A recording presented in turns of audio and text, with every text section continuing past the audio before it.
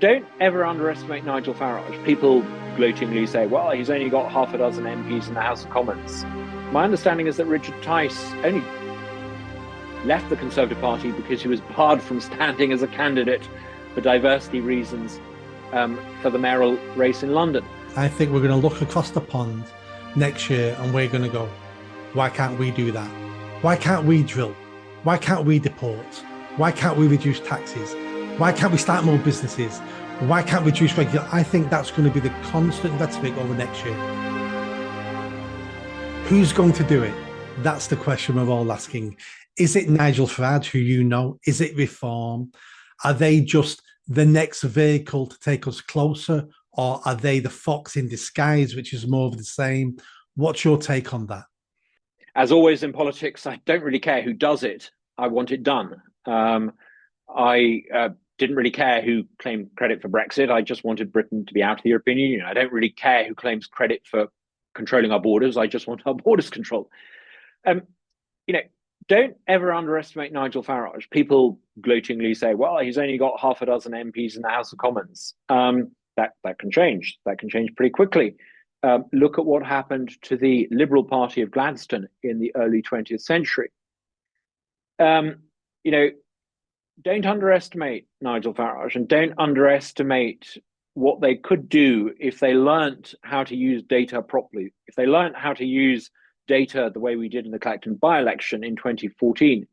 One of my great frustrations having joined UKIP is that the techniques I used to win my seat in 2014 were never adopted by others in UKIP.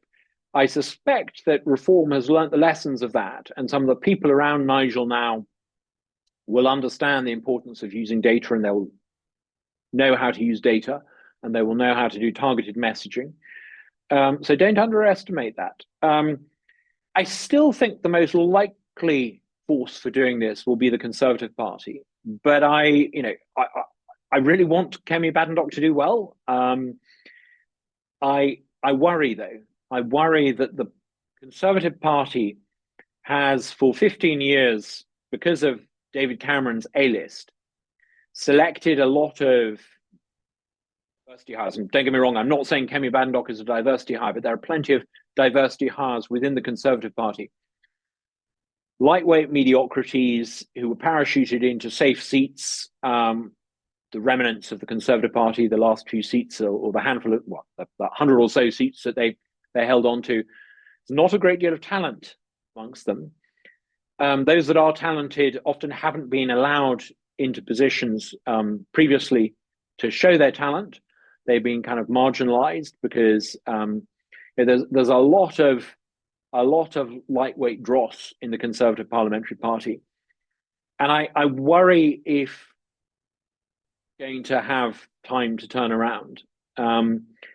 It urgently needs democratic candidate selection in key seats. It urgently needs to allow natural Conservatives in different parts of the country to come into the party. I mean, never forget how Richard Tice, who is doing a fantastic job for Reform and is in danger of turning Reform into a real election-winning force. My understanding is that Richard Tice only left the Conservative Party because he was barred from standing as a candidate for diversity reasons for the mayoral race in London. 20 years of doing that means that there are an awful lot of very talented people who are no longer on your side as a Conservative Party. And the Conservative Party needs to find a way of getting people like that back on board. There's a huge opportunity there. I suspect that Starmer's Labour Party will suffer a catastrophic defeat. But Conservatives, people who believe in Britain, people who want to see the country do well, need to hope that somehow a galvanizing Conservative force that not only wins elections but knows what to do in office. This is what was so disappointing about Liz Truss. Having finally got someone who at least spoke the language of what needed to be done, didn't seem to have a clue how to do it. So you need to see a Conservative movement win seats, but also understand how to begin to deconstruct the leftist state, how to begin to in Gramscian terms, reverse march through the institutions, how to identify and isolate and remove from public life officials who have a leftist series of assumptions. Conservative Party hasn't even begun to think in these terms. Just reflect on the fact that, sorry, I'm meandering a little bit here, but just reflect on the fact that the Conservative Party used the power of patronage to put leftists in charge of institutions. We need to be almost revolutionary, so that when we have a majority in Parliament, we utilize that to take on and to take out the leftists who sadly are doing all too well under Starmer, but frankly did all too well when Conservatives were notionally in office but never in power. I cannot see the Tories doing that in the next 4 years. I think Kemi Badenoch is an interim leader. They need a civil war in the Tory party. That's not even started yet. So 4 years from now, we may be at general election time again. Nobody wants Labour. Most people don't want the Tories, and a lot of people will not want reform for many reasons. The only solution I can see at the moment, unless reform really take off over the next couple of years, and I hope they do, if they don't do that, then the only possibility would be a Tory reform coalition. If that, I can't see them wanting that, as in the Tories, because that's a death nail for them. Even though it'll be short-term gain, they're then legitimizing their number one competitor. I just don't know where this goes. Well, look at the precedent of Canada. I mean, when Nigel and others set up the Reform Party, they consciously used the phrase reform because there was a party in Canada called Reform.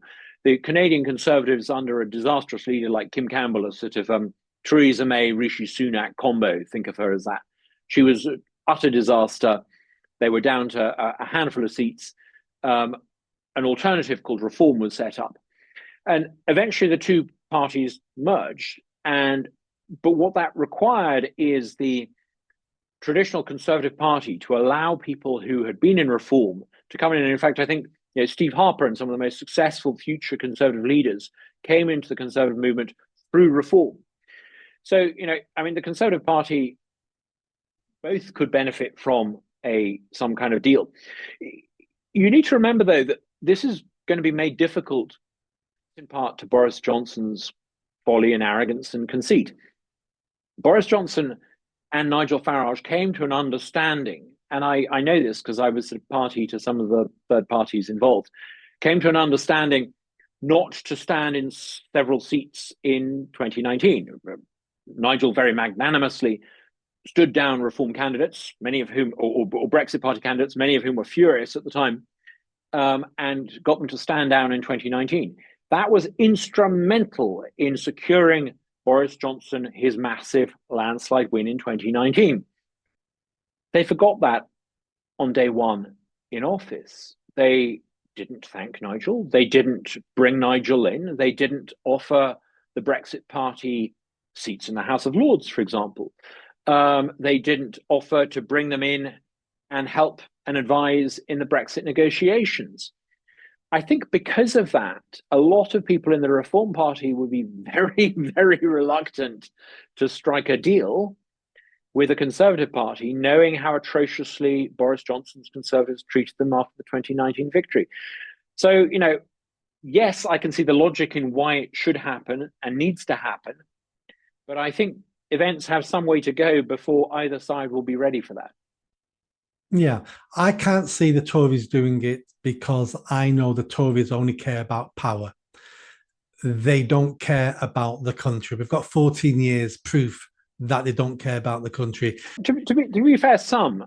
I mean, there are some in the Conservative Party who, and Kemi Badenoch may be one of them, who think of politics as more than just a parlour game. The problem is that for a generation, the Conservatives have been dominated by a group of effete, often ex-Oxbridge student politicians who think of politics as a parlour game. David Cameron, George Osborne, Michael Gove. And it's all about positioning and all about getting one up on everyone else and all about clever games and all about, political cross-dressing, and it's destroyed the reputation of the Conservative Party as a principled free market party that believes in something. But it is possible to drive people like that out of the Conservative movement. It is possible to find principled conservatives and bring them back into the fold. A key moment will be, is Kemi Badenoch taking counsel from the Michael Gove type dilettante conservatives who put the party and the country in the ditch, or is she going to take counsel from the ordinary Conservative chairmen and chairwomen, Conservative associations up and down the country, who frankly do believe in something? So don't write her off. Don't write the party off. We will see. We've got an exciting year in 2025, and let's be honest, anybody who tells you what's going to happen next year is a fool of a liar, because it's too volatile. I don't know how much longer we've got, but I think one thing slightly changes things. You'll notice I'm talking to you from the United States, where I've lived for the past 4 years. It's great to be in a part of the world where conservative ideas are actually appreciated by conservative politicians, and politicians believe in liberty and limited government and lower taxes and school choice. So I made this place my home.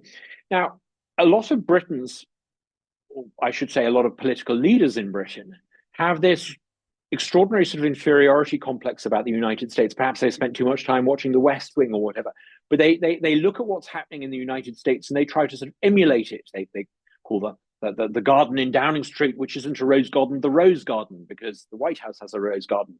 They adopt the language of United States politics about spin and spin doctors and all the rest of it. I think because of that, the impact of Donald Trump and the impact of a Trump 2.0 administration, with people like Musk fundamentally changing the size and the shape of the federal administration, the radical deregulation they're going to do, the new system of border control and immigration control they look likely to implement, I think a lot of this might actually galvanize some of those so-called conservative types. It certainly shifts the so-called Overton window of what is and what isn't politically acceptable debate. I think as Britons look across the Atlantic and see a fellow English-speaking country sorting itself out, cutting its government, reducing the alphabet soup of bureaucracy in its capital city, controlling its borders, radically freeing the economy from red tape, I think that might actually galvanize people in Britain and in the conservative movement in Britain to say, why the heck can't we do something similar? Oh, I totally agree. I think we're going to look across the pond next year and we're going to go, why can't we do that? Why can't we drill? Why can't we deport? Why can't we reduce taxes? Why can't we start more businesses? Why can't we reduce regulation? I think that's going to be the constant rhetoric over next year. Yeah. Why is the United States, which has a variety of states, Mississippi being the poorest state in the Union, why does Mississippi, the poorest state in America, now have a higher living standard than Britain? Why is it that blue-collar workers in America on fairly sort of skilled jobs have a higher income than professionals in the United Kingdom? Why does the manager of local Buc-ee's here in Mississippi earn more than the Prime Minister of the United Kingdom? Perhaps it's time to change course and reject the Blairite consensus of the past 30 years that has done so much to run Britain and run Britain into the ground. Perhaps we need a post-Blairite approach to politics. And that means having conservative leaders who don't think of themselves as the heir to Blair, who never accommodated and compromised with the Blairite ascendancy, but are radical and revolutionary, and in the spirit of a grocer's daughter from Grantham, are willing to radically change the country and drag it into the 21st century.